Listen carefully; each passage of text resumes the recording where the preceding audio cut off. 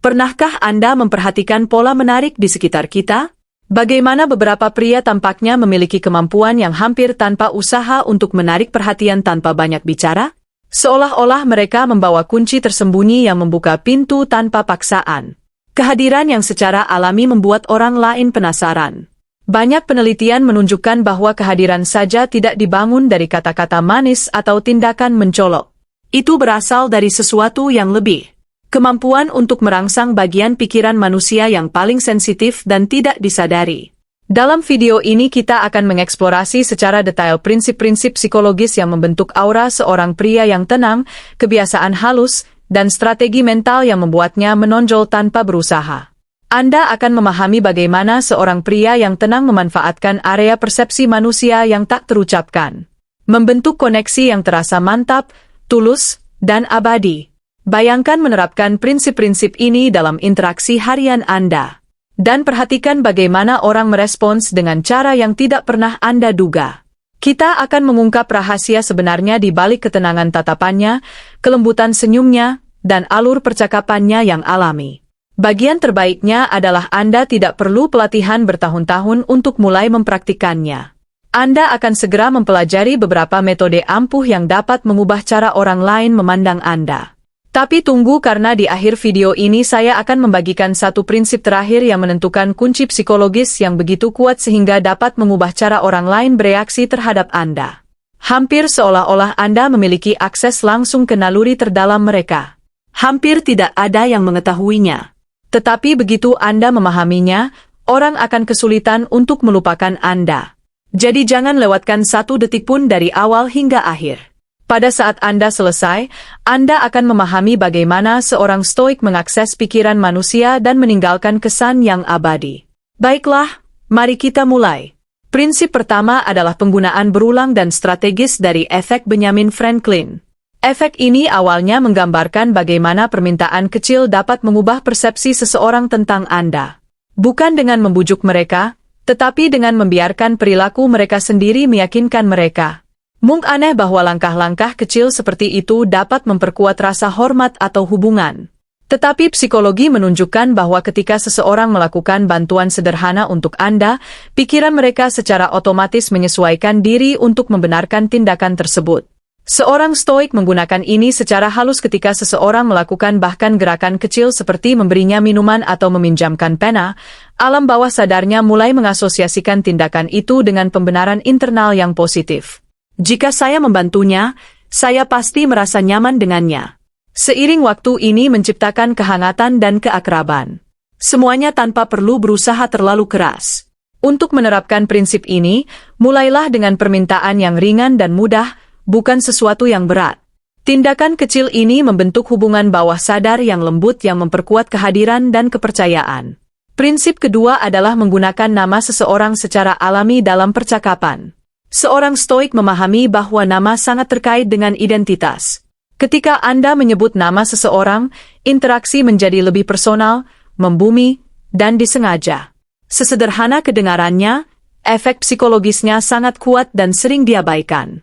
Cobalah menyebut nama mereka 2 atau 3 kali selama percakapan. Ketika menyetujui sesuatu yang mereka katakan, menekankan suatu poin atau menutup suatu pemikiran, mendengar nama mereka sendiri membuat orang merasa dikenali, aman, dan secara halus lebih dekat dengan Anda. Prinsip ketiga adalah kontak mata yang stabil.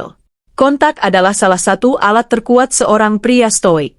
Banyak penelitian menunjukkan bahwa tatapan tenang dan berkelanjutan memperdalam hubungan dan mengubah cara orang lain memandang Anda. Jika dilakukan dengan benar, mata Anda menjadi simbol pengendalian diri dan kepercayaan diri. Pertahankan kontak mata selama sekitar 3 detik. Cukup lama untuk menunjukkan kehadiran, tetapi tidak cukup lama untuk mengintimidasi. Kemudian alihkan pandangan Anda dengan lembut. Seolah-olah Anda hanya mengalihkan perhatian. Ini menciptakan kesan bahwa Anda melihat orang bukan hanya secara dangkal, tetapi dengan jelas dan sengaja. Ini membangun kedekatan emosional dan membuat mereka menginginkan lebih banyak momen itu. Prinsip keempat adalah senyum tulus. Senyum yang tulus itu sederhana tetapi sangat efektif. Seorang stoik tidak selalu tersenyum.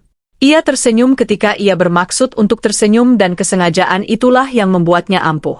Senyum tulus menandakan kehangatan, ketenangan, dan stabilitas emosional. Kualitas yang secara alami menarik perhatian orang. Misalnya saat bertemu seseorang untuk pertama kalinya senyum santai dengan sapaan sederhana. "Hai, apa kabar?" akan langsung menciptakan suasana damai dalam interaksi tersebut. Prinsip kelima adalah efek kamuflase, yaitu peniruan perilaku seseorang secara halus. Manusia secara alami merasa tertarik pada orang-orang yang mirip dengan mereka. Bahkan sedikit saja. Ketika seorang stoik meniru gerak tubuh seperti menyesuaikan kecepatan, nada suara atau gerakan tangan kecil seseorang itu menciptakan rasa keselarasan bawah sadar. Kuncinya adalah kehalusan. Imitasi yang dipaksakan terlihat aneh, tetapi peniruan yang tenang dan alami membangun rasa kesamaan dan harmoni yang membuat orang merasa nyaman.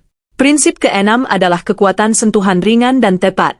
Penelitian menunjukkan bahwa kontak fisik yang aman dan penuh hormat seperti tepukan lembut di bahu atau lengan atas dapat memperkuat hubungan emosional. Seorang stoik menggunakan sentuhan dengan hemat, dengan niat memastikan sentuhan tersebut tidak pernah terasa berlebihan atau mengganggu. Prinsip ketujuh adalah menjaga bahasa tubuh yang percaya diri. Postur tubuh Anda mengkomunikasikan lebih banyak daripada kata-kata Anda. Seorang stoik berdiri tegak membuka bahunya dan menghindari menyembunyikan tangannya. Sinyal-sinyal ini mengkomunikasikan kepastian, kehadiran, dan kekuatan batin. Saat duduk, ia menjaga punggungnya tetap tegak dan tangannya terlihat detail kecil yang secara diam-diam memperkuat otoritas. Prinsip kedelapan adalah humor. Stokisme bukan berarti tanpa emosi, melainkan berarti memiliki landasan emosional. Seorang stoik yang dapat menawarkan humor ringan dan tepat waktu akan langsung menciptakan kenyamanan. Ketika orang-orang tertawa di sekitar Anda, pikiran mereka menghubungkan emosi positif dengan kehadiran Anda. Bahkan lelucon sederhana dan relevan selama percakapan dapat melunakkan suasana dan membangun kedekatan. Dan akhirnya seperti yang dijanjikan, inilah kunci utamanya keaslian. Tidak peduli berapa banyak prinsip atau teknik yang Anda gunakan. Jika Anda tidak jujur pada diri Anda sendiri, orang akan merasakan ada sesuatu yang tidak beres. Kekuatan seorang stoik berasal dari keselarasan batin, berperilaku dengan cara yang sesuai dengan siapa dirinya sebenarnya. Ketika tindakan Anda mencerminkan karakter Anda yang sebenarnya, setiap prinsip di atas menjadi 10 kali lebih efektif.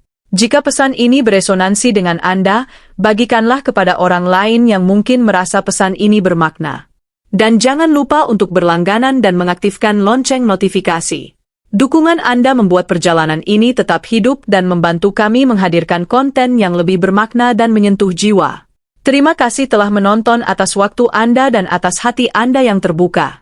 Semoga hubungan Anda selalu dipenuhi dengan rasa hormat, kehangatan, dan kebenaran. Ya.